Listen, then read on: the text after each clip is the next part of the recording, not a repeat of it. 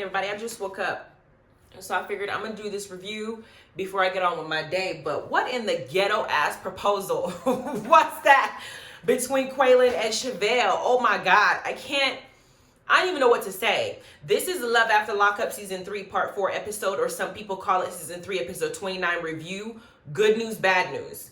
We start off with we're in Iowa with John and Christina's situation. See, Christina went to jail for 9 months because I think she relapsed and did all, some fuck shit when she was out. They only spent 3 days together. He got married to her the day that she came out, and now 3 days later she goes back. She had to turn herself in.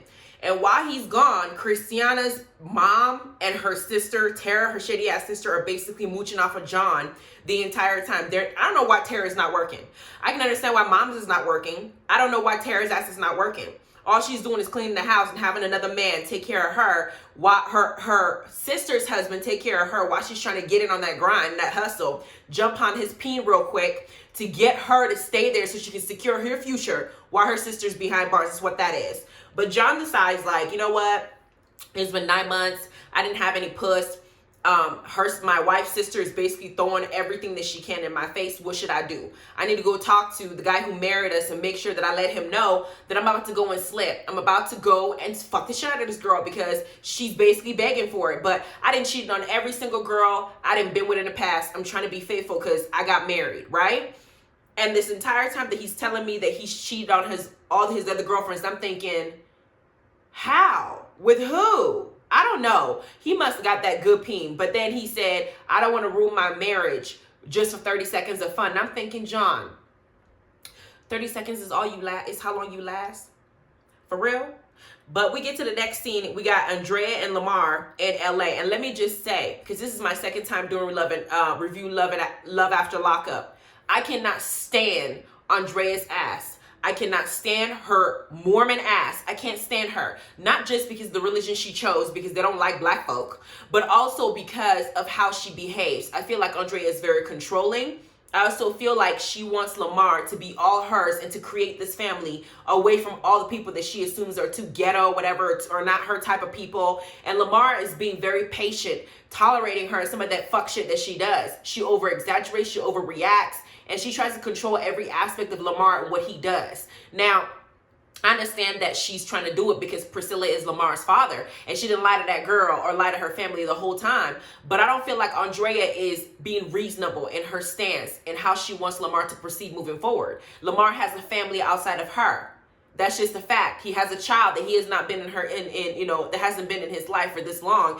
And Priscilla must know how her mom is as young as she is, because y'all hear her say to her mom, Mommy, please be nice to Shantae. I really like her. She knows her mama and how her mama is, and this whole fake shit that Andrea does. Andrea, if she had it her way, would move Lamar and her kids to Utah, and Lamar would have nothing to do with his family, and Shantae would not be in her life because that is a problem that she sees. She don't want to share that man.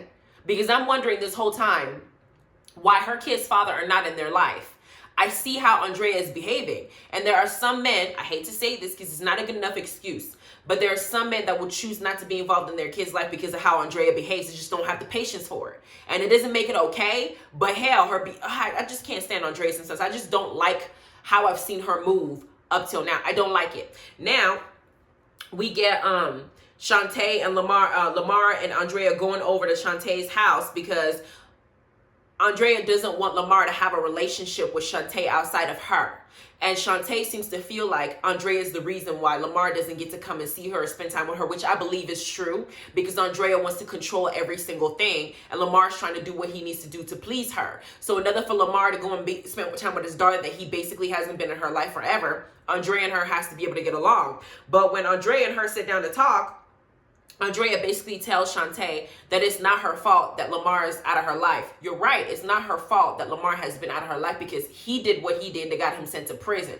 But now that he's out, he came out, he married you immediately, you moved his ass to Utah. I didn't see Shantae not one time be invited to Utah. It seems like you're not considering the fact that he has another child and you're only worried about your own child. So Shantae has every right to feel the way that she feels. And Andrea was on her best behavior. I'm happy she wasn't her best behavior because I felt like she was holding her tongue and she wasn't saying all the shit that she wanted to really say. I don't want you in our life. You grown. He needs to just go ahead and be in our family and da-da-da-da. She kept her mouth quiet. Then we got the John, Lacey, and Shane triangle. Shane cheated on Lacey. Oh, Shane was in prison. He came out. Shane and Lacey got married or got together, whatever. Shane cheated on Lacey, and Lacey cheated on Shane by way of going back to her ex, John. John has a drug habit. John decided to do what he wanted to do, got his ass sent back to jail. Lacey decided to go back to Shane, saying, I miss you. Got pregnant with Shane's baby. I think she had triplets at first, but somehow they only ended up with one baby because it just didn't work out. It wasn't meant to be. Now, John's been released out of prison, and he's now wanting Lacey back because he's figuring out one of two things.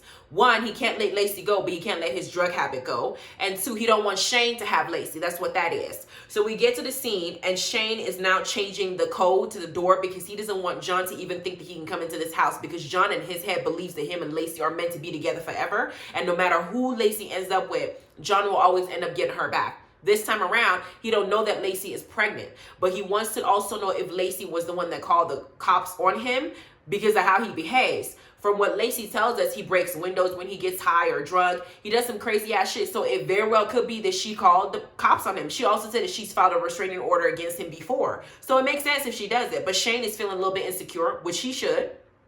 Because if Lacey can run back to John as quickly as she did, it's only a matter of time to him, even though she's carrying his baby, that she can run back to him since they have so much history. That's what that is. So we get to Las Vegas and we meet Marcelino and Brittany. And let's just go ahead and give a clap to Marcelino and everything that he's tolerating with this family since he married Brittany. Brittany is doing what she's supposed to be doing. Going out there trying to break generational curses between her mom, her mom's mom. And as we find out more information later on when they go to meet Jackie in Alaska, Brittany is doing everything she can to save her mother Cynthia's life. Marcelino doesn't have to sign up for all this. He doesn't have to do this. He just signed up to marry Brittany and have a family of his own. But Marcelino is handling this entire situation like a champ. He is what a real man is supposed to be. And I'm so proud that he's standing next to his wife and dealing with all this shit. Because it's a whole lot of drama and shit that comes with her. And he's dealing with all of it. It's insane. How I would have left a long time ago if it was me, because it's just too damn much. But I'm so proud of him for doing that. Then Brittany talks to her mom, Cynthia, because they're deciding to go to Alaska so Cynthia can finally face her fears and confront her mom, Jackie, about all the shit that Jackie put her through when she was a kid.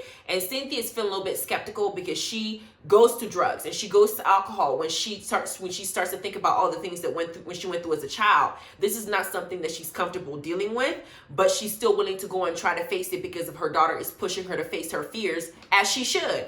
Then we get to Branson, was it Montana or whatever they're at? We got Chevelle and motherfucking Quaylin.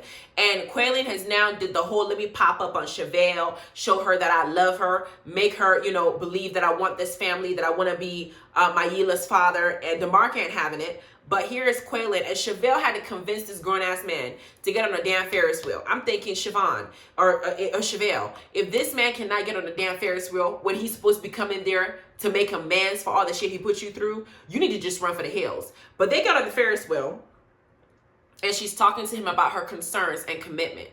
And I'm like, Chevelle, baby, is this your standards? Because your standards need to be raised. Because you're sitting up here having a commitment conversation with a man we just found out just a few episodes ago was fucking around on you after you had his back for 2 years, as you said. Why would you be talking to him about committing to you when he's still in the doghouse for cheating on you and then leaving you? I'm so confused about how commitment can still be on her mind right now. But it seems like Quaylin came prepared. He was going to do and say whatever he was going to say to get back in her life. And he brought a ring. And I was just like, oh my God. The proposal was the most ghetto shit I've ever seen. It almost sounded like he was attacking her while he was asking her, marry me. This what you want? Commitment? So this what you want right here. This what you want. So you gonna marry me? Are you gonna marry me? Like, I don't understand how that is romantic, and her facial expression, as stupid as it looked to me. I said, girl, as soon as she saw that ring, she forgot the fact that he has had his penis in all these different pussies while she was out there getting mad at him. And DeMarc is looking at Chevelle the same way I'm looking at her. You dumb as hell. How is this gonna justify? All I see is the ring, is the shut up ring. I'm gonna give you whatever I need to give you. I'm gonna say whatever I need to say to stay in your life. I know I don't mean that shit. That's what that is. And she's sitting up there like,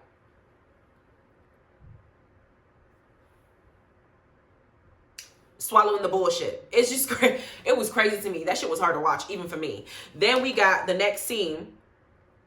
Brittany is now talking to her mom about meeting her crazy ass grandma Jackie in Alaska, and they're now in Alaska. Which, by the way, Alaska looks beautiful. It looks beautiful to me. Like, it just seems quiet and peaceful. But they get there, and Marcelino is just trying to protect his kids and trying to make sure he don't hit some animal coming out the bush. But they were nice enough to go ahead, and when they get to Jackie's house, to go ahead and bring flowers with her, even though that woman don't deserve them damn flowers. And as soon as I see her, the entire energy that I see is one of somebody that's severely deluded. She seemed like she was happy to see them. She kept saying how much she loves her daughter, and she was crying because she said she felt like they completely disowned her. For a woman to admit that her family, her daughter and her granddaughter disowned her, that means that she had to have known that she did something for that to occur. But as they're talking to her, it seems like she's deluded, like she's trying to pretend. Maybe because if she feels the guilt that she's supposed to feel, she might go back to using, because you can tell that she uses by the way that she talks and how she looks. You can just tell. But I feel like some people live in some fantasy world because they don't want to deal with reality. And that's where I think she is right now. But I'm going to get to that scene later. Because the next one they show us is John meeting up with Miranda, Lacey's friend. John is determined not to let Lacey go and live a normal life away from him with Shane. So he meets up with Miranda because Lacey, for the first time in a while, is not returning his calls, and he wants to know what's going on. Lacey is mad at John. That's why she's not returning his calls. Do I feel like she's let him go completely? Hell no. I feel like her getting pregnant for Shane is her convincing herself to stay in this relationship because they'll force her to stay with him if they have a baby. I don't feel like Lacey is done with John, and he knows that. But he goes to Miranda. Miranda says, yo, I don't know if Lacey called the cops on you. I can't tell you that information because I'm not sure. I do believe that she probably did myself. But she also tells John that Lacey is currently pregnant with Shane's baby. And the look on John's face, you can tell that he was genuinely hurt. But for somebody to have done so much, keep using. Obviously, your love for Lacey is not enough for you to be a model citizen or be a good man to her. So why are you so shocked when she goes to go and get pregnant by somebody else? He tells us that Lacey was once pregnant with his baby. And he kind of pauses and doesn't want to tell us that she had an abortion. Instead, he said, oh, she kind of had a miscarriage. I really feel in my mind that he was trying to protect Lacey's image by not telling people on TV that she had an abortion. I do think that she had an abortion because he probably went on drugs and did all the crazy stuff he was doing, and she figured she don't want a baby by him, and she probably did it because she wasn't ready to be a mom. But he's feeling some type of way because he's probably thinking, well, you aborted my kid, but you're now choosing to have kid by Shane. And I don't think Shane is even remotely has as much history as I have with you. It seemed like that was what hurt his feelings the most. But I don't believe that miscarriage story. I really think that she did have an abortion and he was trying to protect her, which shows how much he still loves her, but he's just not good for her. And it doesn't seem like Miranda wants him to be with her. I think he wanted to do it enough so John can leave Lacey the hell alone. Both Lacey's dad and Miranda and everybody that knows John don't want him in her life because he's not a good influence. They need to make Lacey's dad a full cast member because he makes the show too when it comes to Lacey and her and the little triangle that's going on. We get back to John and Christiana's family. John is now building a boat or fixing up his boat for Christiana because he says that his wife has always wanted a boat. He's doing it because he feels guilty that he almost slept with Tara. And so when she comes out, he wants to basically do all he needs to do to fix her personality and make sure that they're on a good note, just in case this shit that he was doing behind her back, the snake shit, comes out. John is saying, I don't intend to ever tell Christiana about what happened between me and Tara or what almost happened. But we're all watching it on TV. Is she not going to see the show? I'm confused. We all know that you did. We all saw what Tara did. She was shiesty as hell. And if I was Christiana, I would watch the damn show. So I would know what the hell my parents were doing and my sister was doing while I was gone with my husband. But while he's fixing the boat, Christiana calls John and she says, I'm coming back in 2 days and I don't have to go to a halfway house. And she says there's some bad news to this though. She probably knows from talking to her mom what Tara's been trying to do. So she says, I can't be around people who have open charges. And Tara has open charges even though she's not on probation or parole and she ain't been convicted. I can't be around her, so you need to tell her to leave. Christiana knows something is going on. Either somebody had told her, either on one of the producers or production had told her, or her mama told her, or she figures something is wrong. She might not trust her sister. She wants Tara out of that damn house because Tara has been shady and she has every right to want it. And she's going to force John to be the one to do it. That's what that is. Christiana ain't dumb. She ain't done. Then we got the next scene back to Chevelle and Quaylin on the Ferris wheel still. And he's proposing to her, like I said, would you marry me? There's a diamond in there. There's a diamond in there. He didn't know which hand it goes on in the first place. Even though he has it, he's like, I love you, man. I love you. So will you marry me? Is you gonna marry me, girl? Marry me, girl. And she goes, are you serious? Quaylin, you for real? Yes, of course I marry you. Just stupid. I can't. And then to add insult to injury, she really is bawling, like crying, like she won the lottery. She is straight up crying her eyes out. I'm just thinking, oh my God. And Quaylin is like, take that and go and show DeMarc. He's such a child. I don't understand. I can't. This is what I mean when I say, ladies, get some standards, because this is some shit. I can't even. Then we get to Anchorage, Alaska now. We're now talking about Marcelino, Brittany, and Cynthia now officially in Jackie's ass face. And Jackie is now having to, see everybody. Marcelino was smart enough to get his kids away from Jackie because he's not finna have his kids bond with this heifer. Because I'm listening to Jackie talk and Cynthia say, Mom, I had a bad childhood here. I don't have good memories with you. And, I turned to drugs and alcohol when I was 13 years old, which is extremely early for a child to even do drugs. And Jackie is taking no responsibility for her role in creating that. In that moment, Brittany finds out that her mom, Cynthia, had a pattern of running away from the house several times. And Jackie kind of threw it off like, that's normal. It's not my fault you were running away. Kids run away when something at home isn't going right.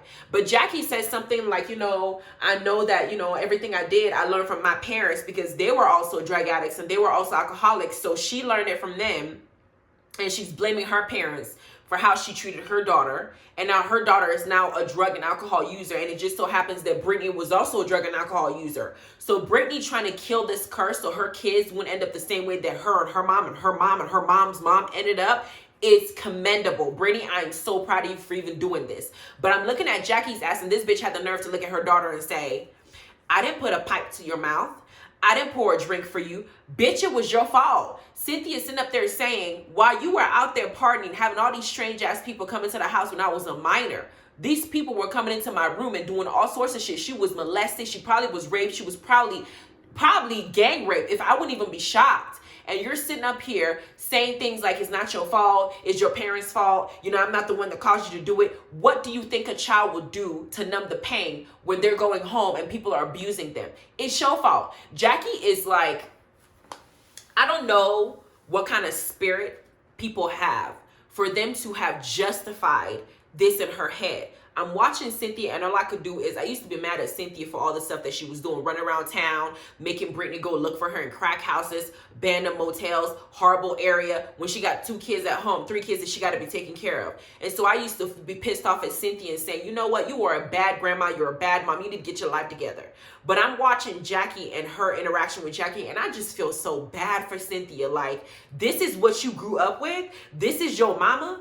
This bitch, I wanted to cuss her out through the screen, and if I can't do it, I wanted to snatch her little fat ass up that couch and whoop her ass. Like, you have no remorse. You're sitting up here crying, saying that you thought they disowned you, which means you know something's wrong. She's sitting up here, you old as hell, you probably gonna be dead soon. Would it be so hard for you to empathize and show some kind of remorse and say, you know what? I spent time with my parents. This is what I grew up seeing. I did not know how to be a good mom to you, and I did not do a good job. And because of my actions, you end up repeating the same thing that I repeated from what I saw from my parents, and it was not right. I understand why I thought you guys would never come and see me. I'm so sorry. I'm going to try to do better. I don't know if I can still be a good mom to you, but what I can do is now that I know how horrible I was, I can now move forward to doing better. I hope you can forgive me because I want to move forward, and I really want you guys to be in my life. Instead, this bitch is sitting up here blaming everything that Cynthia did at 13, a child who doesn't know better, who needs guidance, all on her. Bitch, bye. I don't know why Cynthia left. I told y'all last review that Cynthia needed to go ahead and whoop her mom's ass. I don't care how old she is. You need to snatch her ass off that couch and beat the shit out of her and cuss her out in the moment and let all that anger pour out. Don't walk away. Deal with this whole face to face, because I'm watching what's coming out of her mouth, and I just want to go here. I want to just reach through the screen and punch her ass. That's how bad I was looking at the situation. Like, this ain't right. It's not right. And not to mention, you didn't just do that to her. Brittany said that you did shit to her too. Girl, I couldn't do it. That scene pissed me all the way off. Then we get to the point where we get to Scott and Lindsay. We hadn't seen Scott and Lindsay for a while. Scott is the 52-year-old whoremonger that's out there fucking prostitutes, but then he has an issue. As a 52-year-old man, to go after somebody so young, you have some issues. You really do. And to be single at that age and pursuing somebody that young, you have some personal issues within yourself. That's why your ass is single. But he went after Lindsay, and Lindsay ass is crazy. He told Lindsay to leave after Lindsay messed up all his stuff when she found out that he was cheating on her with all these hoes. And Lindsay said, fuck you, I ain't going nowhere, because this house is where I paroled. I'm not fucking about my future for you.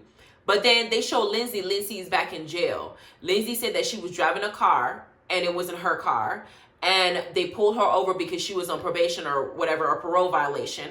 And they have found a gang of drugs in the car. And I'm thinking to myself, I'm so disappointed in Lindsay, because I feel for her daughter that she already missed most of her life. And now she's going to end up facing 5 years. On top of that, I almost feel like maybe Scott set her up. Because Scott made a comment like, people who go to prison, they end up going back to all the things that they know. And so I already know it's only a matter of time that Lindsay's going to end up back in prison. And so I feel like he had a hand into doing what it is. She violated parole. Yes, maybe he's the one that reported her because he wanted her to leave and she refused to leave. And so the police pulled her over when she got caught up. Either way, Lindsay also has responsibilities to take in this situation. But I low-key feel like Scott has something to do with it, because he was willing to do whatever was necessary to get her out of his house so he can go and chase the next young thing that he wants to be a sugar daddy for. Scott just rubbed me the wrong way. He looks sketchy. He acts sketchy. He looks like he needs to see a psychiatrist and be examined in his head. He just looks so wrong. And Lindsay, to go after him, we know that he was, he was a trick, and she wanted somebody that she needed money from to help her have the money and provide her for her home to spend time with her kids. Lindsay was acting a little crazy when she first came out, and she realized that Scott had lied about a lot of things, because all he wanted to do was to have a young girl in his arm and have people jealous that he's fucking somebody that young at 52 something years old. Well, guess what, Scott? You got what you asked for. She crazy as hell, but now she's back in prison or back in jail, and she's looking at a 5-year charge. Then we got the next scene. We're in Iowa again.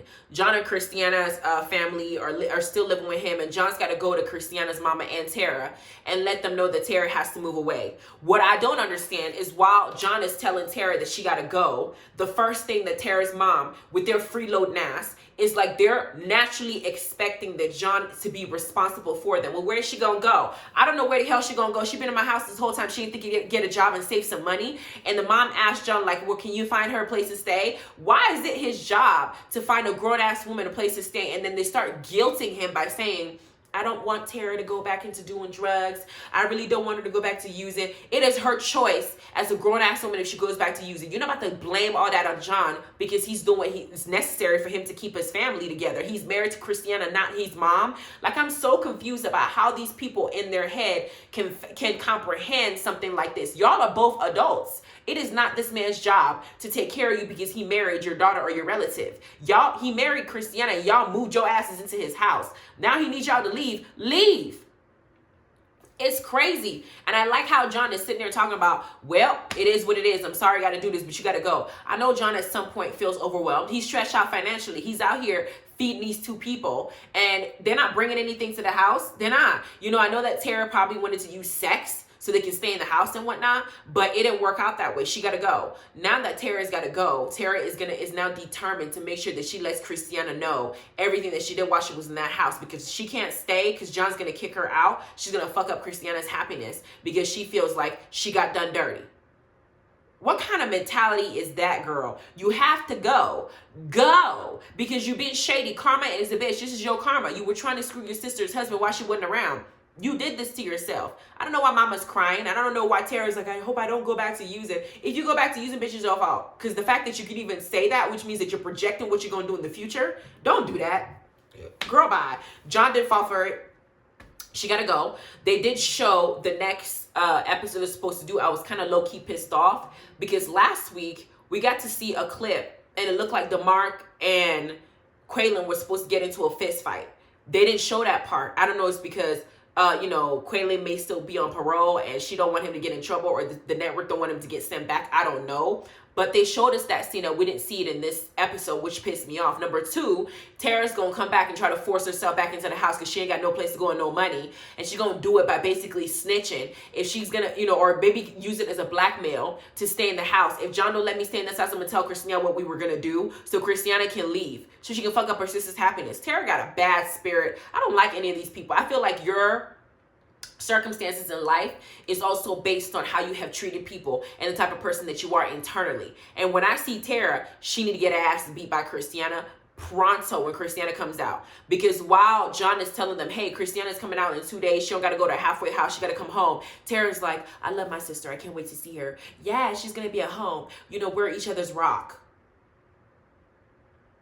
The whole concept of her trying to sleep with somebody else's husband, and not just that, her sister's husband, is like unbeknownst to her, like she don't know what's going on. Bitch, bye. I can't stand this hoe. Kick her ass out, and I can't wait till next week. Go ahead and check Amazon for my 2 books, Just Add Pepper and Sage. This is first. This is second. I am currently working on number 3. I'll put the information below. And if you want some nonfiction facts, truth pictures, you want to know what's going on with your life and your nations, the worst going to happen before the rapture gets here, and where you're supposed to be in life, go ahead and check out my nonfiction, Unleashed by Adiya, Bat-Tziyon, available on Kindle and paperback on Amazon. You guys have a wonderful day. Bye.